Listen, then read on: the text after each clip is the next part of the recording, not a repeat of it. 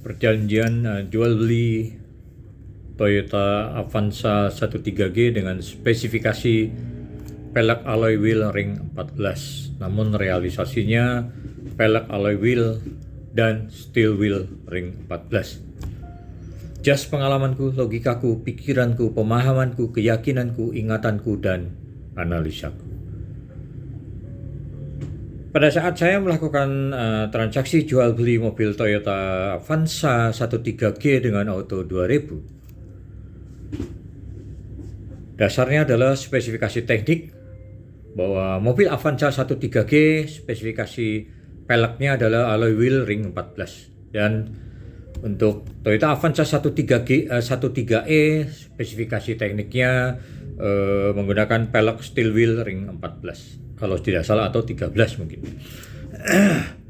Namun pada saat saya melakukan transaksi, tidak ada pemberitahuan tentang perubahan spesifikasi bahwa Avanza 13G itu menggunakan pelek campuran, yaitu yang terpasang adalah alloy wheel ring 14 dan yang cadangan adalah steel wheel ring 14 gitu. Sehingga saya merasa tidak pernah ada perubahan perjanjian, dan bahkan sampai unit mobilnya dikirimkan tidak ada juga pemberitahuan bahwa peleknya cadangannya itu berbeda. Perjanjian yang saya lakukan berdasarkan 1320 1338 jelas adalah sah dan mengikat, berlaku sebagai undang-undang yang tidak dapat dibatalkan, dianulir, dihentikan secara sepihak selain hanya berdasarkan kesepakatan para pihak. Jadi pada saat saya menerima kendaraan Avanza 13G, saya jelas yakin bahwa Auto 2000 selaku main dealer atau distributor gitu kan dari Toyota Astra Motor atau Astra Daihatsu Motor, dan Auto 2000 adalah anak dari Astra Internasional kalau tidak salah. Jelas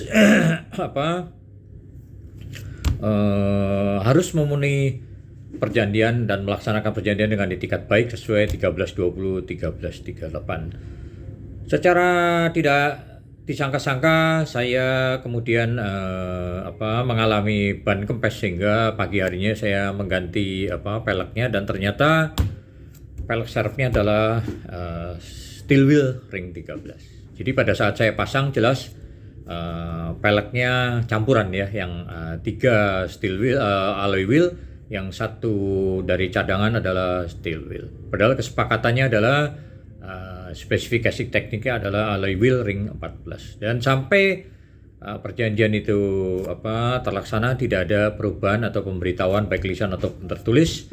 Juga tidak ada pemberitahuan secara terbuka secara publik, baik melalui media cetak, elektronik, sosial, televisi maupun online gitu kan. Jadi saya menganggap bahwa spesifikasi teknik untuk 13G tidak berubah.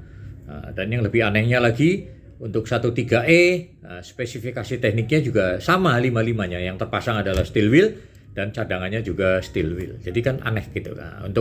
Hanya untuk yang 13G saja yang berbeda. Dan ini adalah mobil kedua gitu kan. Dan mobil pertama saya adalah Innova 2G, dan spesifikasi tekniknya juga sama, menggunakan alloy wheel. Ternyata yang terpasang 4 juga alloy wheel dan cadangannya juga alloy wheel ring 15. Dan pada saat saya melakukan persidangan di tempat, saya juga membeli satu mobil ketiga, yaitu Toyota Rush. Juga dengan, kalau tidak salah, dengan spesifikasi teknik untuk peleknya alloy wheel 15G kalau tidak salah, yang saya beli juga peleknya 5 ring 15 atau 16 alloy wheel yang terpasang 4, dan cadangannya juga sama.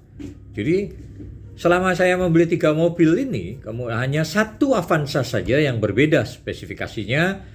Spesifikasinya sama menggunakan alloy wheel semuanya, tetapi realisasinya hanya Avanza 13G saja yang berbeda gitu kan. Jadi saya menduga ini ada unsur dugaan kesengajaan ya, karena itu dilakukan bukan hanya terhadap saya, tetapi semua Toyota Avanza 13G yang berdasarkan publikasi dari produsennya atau distributornya menyatakan sudah terjual 1 juta unit.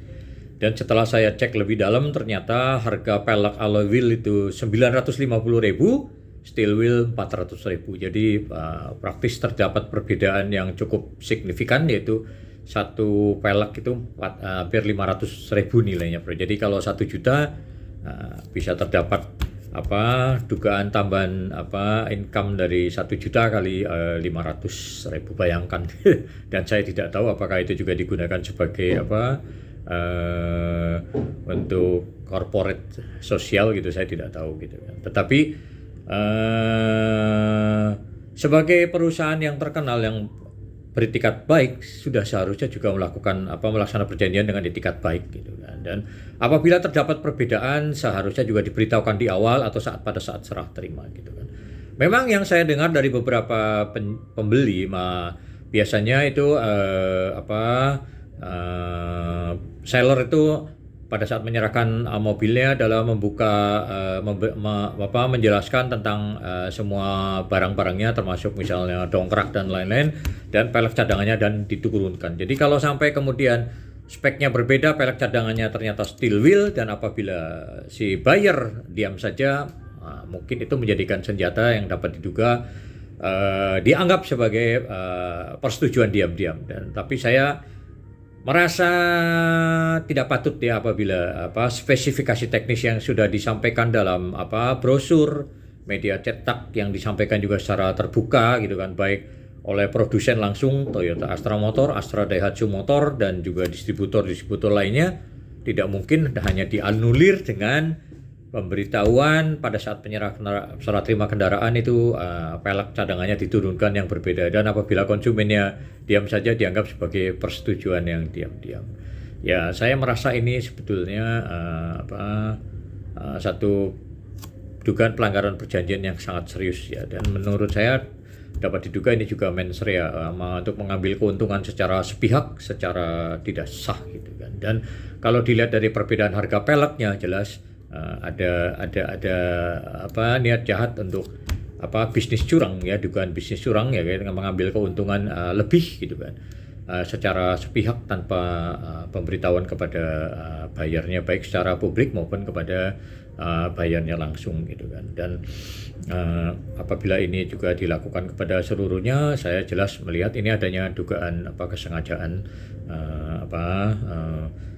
dengan niat yang kurang baik ya gitu kan. Sangat disayangkan sebuah perusahaan sebesar Auto 2000, Toyota Astra Motor gitu kan, melakukan perbuatan yang diduga curang gitu kan. Dan pada saat saya melakukan gugatan ini, saya sudah menarik Auto 2000, Astra International, Toyota Motor Manufacturing Indonesia, Astra Daihatsu Motor, juga Toyota Astra Motor Corporation Jepang ya, dan beberapa gitu kan, saya lupa, tapi itu sudah terungkap semua dalam media sosial atau Google, bisa dilihat siapa saja menjadi tergugatnya gitu kan.